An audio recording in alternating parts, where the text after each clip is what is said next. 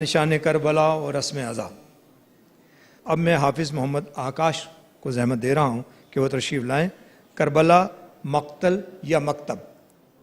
اعوذ باللہ السمیع العلیم من غضب الجبار ومن الشیطان اللعین الرجیم۔ بسم اللہ الرحمن الرحیم۔ الحمدللہ والصلاة والسلام علی رسول اللہ وآلہ آل اللہ واللعنۃ علی اعدائہم اعداء اللہ۔ اما بعد فقد قال الحسین علیہ الصلاۃ والسلام انی لم اخرج اشرا ولا بطرا ولا ظالما ولا مفسدا وانما خرجت لطلب الاصلاح فی امتی جدی رسول اللہ بلند ترین صلوات۔ اللہم صل علی محمد و آل محمد۔ سپاس گزاری ہے ذات کردگار کے لیے کہ جس نے قلق و اضطراب کی بے قراریوں اور سوز و تپش کی بے چینیوں اور گناہوں کی گرام باریوں سے نکالنے کے لیے مصباح الہدا، سفینۃ النجاہ، دل بند مصطفیٰ، خون علی، جان فاطمہ، جگر گوشہ خدیجۃ الکبریٰ یعنی آقا حسین جیسا پیشوا عطا کیا۔ ابتدا ہی میں حافظ آکاش حیدر نے آپ کی سماعتوں کی قدم بوسی کرتے ہوئے جس عنوان کو اپنا موضوع سخن قرار دیا ہے وہ ہے کربلا مقتل یا مکتب۔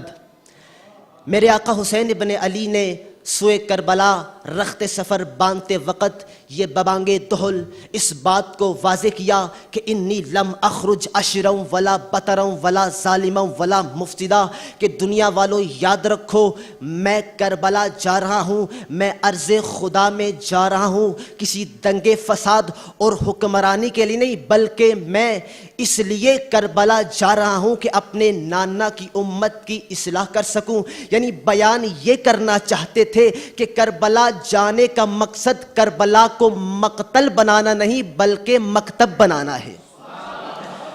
اور میرے آقا حسین ابن علی نے ایسا مکتب بنایا کہ ضلالت و گمراہی کے گھٹا ٹوپ اندھیروں اور اپنی اپنی حیرانگیوں سرگشتگی میں سرگرداں لوگوں کو بھی جس مکتب میں ساحل نجات نظر آئے اس مکتب کو کربلا کہتے ہیں، اور جس کے مقام میں چشمہ فیض کے جرعان نوش بن کے کئی بے حر بن جائیں اس مکتب کو کربلا کہتے ہیں۔ اور ایک جملے میں اس مکتب کی عظمت کو واضح کرنا چاہتا ہوں، جس مکتب میں 6 ماہ کا ننھا سا علی اصغر اپنی ننھی سی مسکراہٹ سے یزیدیت کی کل سازشوں کو خس و خاشاک کی طرح بہا کے اپنے آپ کو ابو طالب ثابت کرے اس مکتب کو کربلا کہتے ہیں۔ اور صاحبان ایمان و اقان یہ اس مکتب کا امتیاز ہے کہ اس میں چھوٹا بھی شجاعت حیدری کا نشان ہے، اس میں بزرگ بھی شجاعت حیدری کا نشان ہے۔ اسی وجہ سے تو میں کہا کرتا ہوں بچہ بچہ تیرا ہر میدان میں غالب نکلا، بچہ بچہ تیرا ہر میدان میں غالب نکلا، پڑ گیا وقت تو اصغر بھی ابو طالب نکلا۔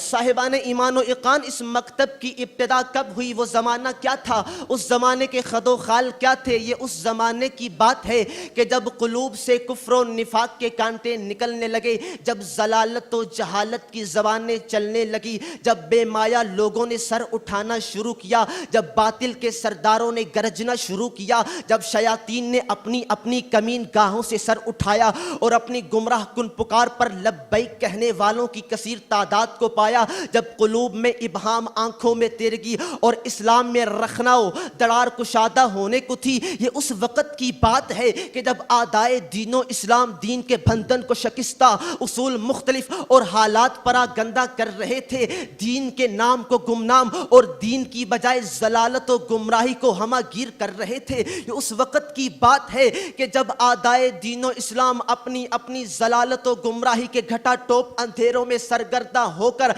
اپنی لسان کاذبہ سے دین حق پر ابتریت کے بہتان کے ذریعے شمشیر زنی کر رہے تھے،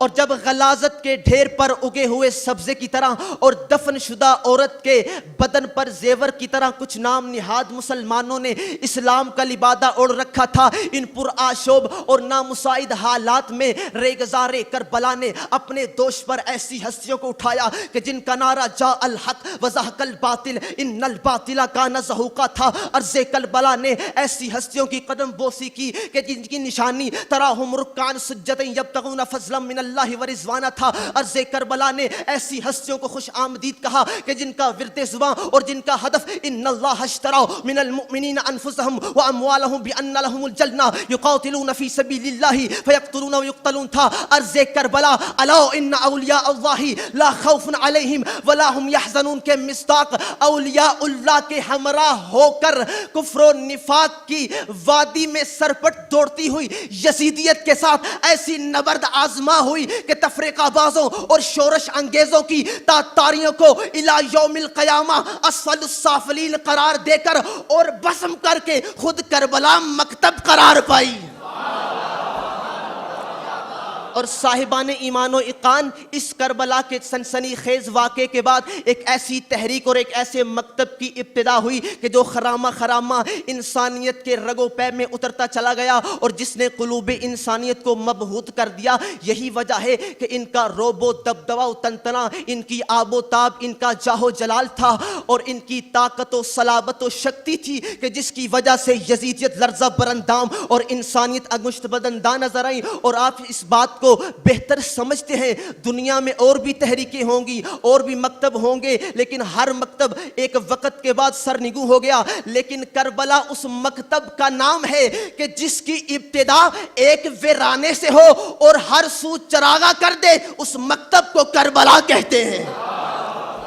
اور یہی وجہ ہے کہ ہر باضمیر انسان کربلا والوں کی عظمت کو سلام عقیدت پیش کرنے پر مجبور نظر آتا ہے۔ اور محمد علی جوہر نے کیا خوب کہا تھا، اس نے کہا تھا قتل حسین اصل میں مرگ یزید ہے، اسلام زندہ ہوتا ہے ہر کربلا کے بعد، اسلام زندہ ہوتا ہے ہر کربلا کے بعد۔ یہ تو ان کی معرفت تھی، یہ تو ان کی عقیدت تھی، لیکن ہندوستان سے ایک شاعر اہل بیت اور محب اہل بیت نے اپنا قلم اٹھایا اور اس نے سپرد قرطاس اپنی عقیدتوں